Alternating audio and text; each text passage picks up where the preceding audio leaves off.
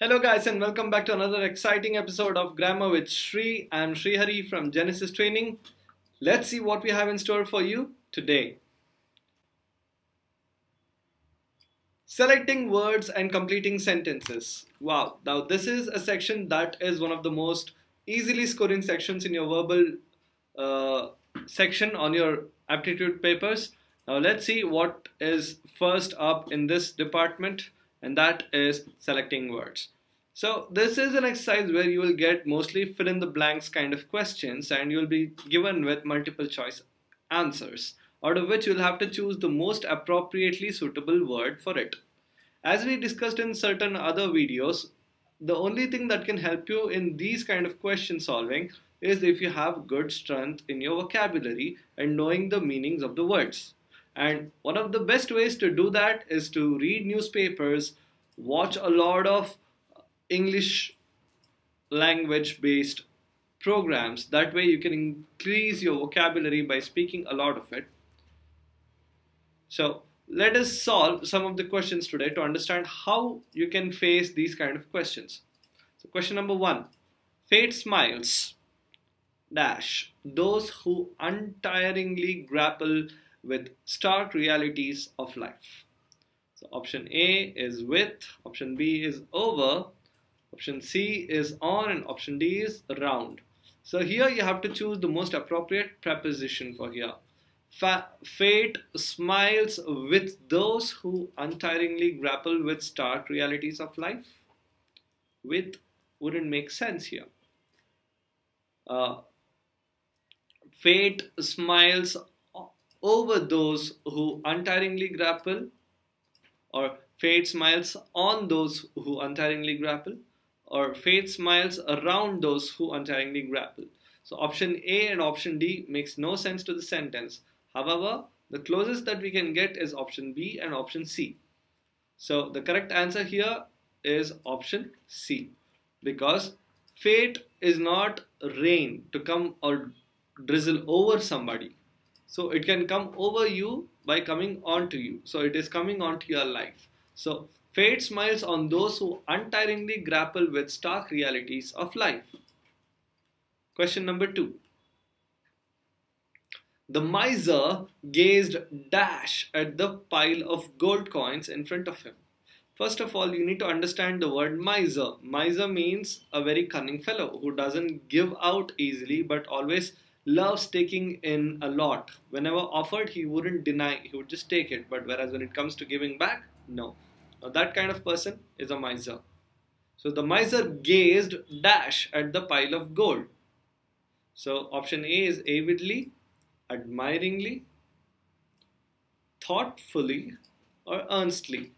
So like I mentioned, the definition of miser is something which does not come on a positive note. So let us see the options given here. So what does admiringly mean? Something where you watch with admiration, something you like. Thoughtfully, putting a lot of thought into it. Or earnestly, being very, very modest about what you have, or being very modest about what the other person has.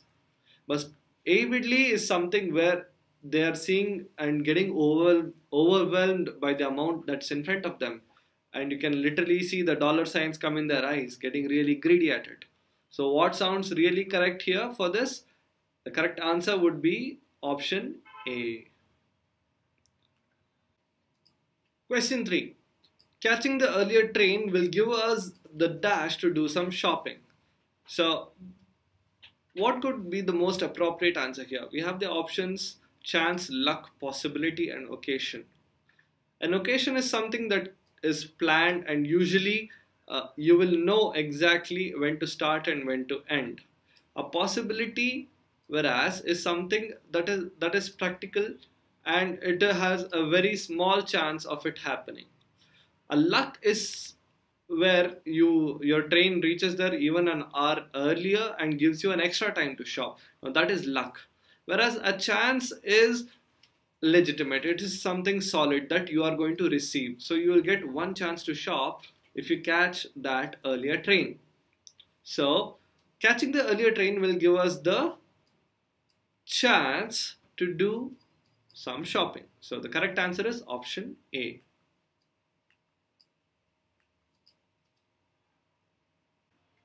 Question number 4. I saw a dash of cows in the field. So what can basically a group of animals be called as? So this is referring to the collective noun. So here a collective noun is usually referring to the same subject that is being together in a place. So a flock is something that flies. So a flock of birds would be right, but a flock of cows wouldn't be. Whereas a swarm of bees would make sense because bees swarm together and they fly. Whereas a herd is more animalistic, a herd of sheep, a herd of goat, a herd of cows. So the correct answer is option B. Now let's see some more examples. Question 5. The grapes are now dash enough to be picked. Ready, mature, ripe, or advanced.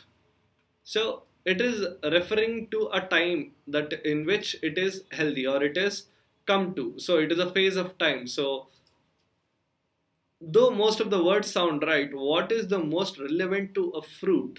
So a fruit ripens at age. So the correct answer is option C.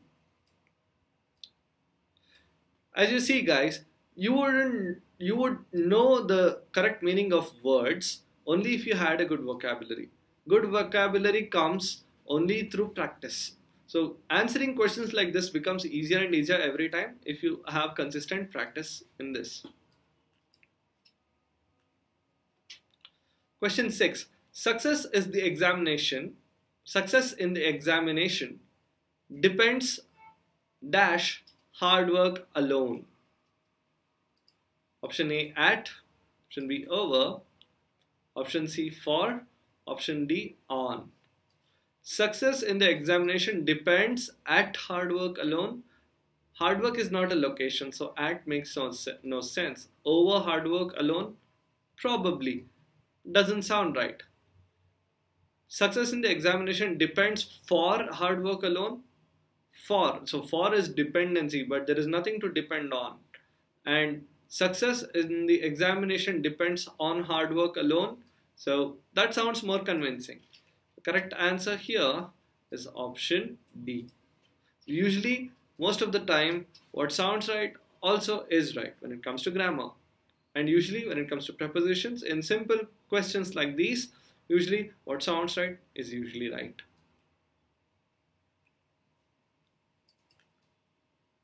My uncle decided to take Dash and my sister to the market. Options: I, mind, me, and myself. So my uncle decided to take I and my sister, or mine and my sister, me and my sister, or myself as my sister. So my uncle decided to take me and my sister to the market. So the correct answer here is option C again. So remember, guys, as I said, so what sounds right is usually right.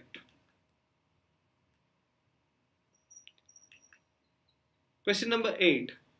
If you smuggle goods into the country, they may be dashed by the customs authority.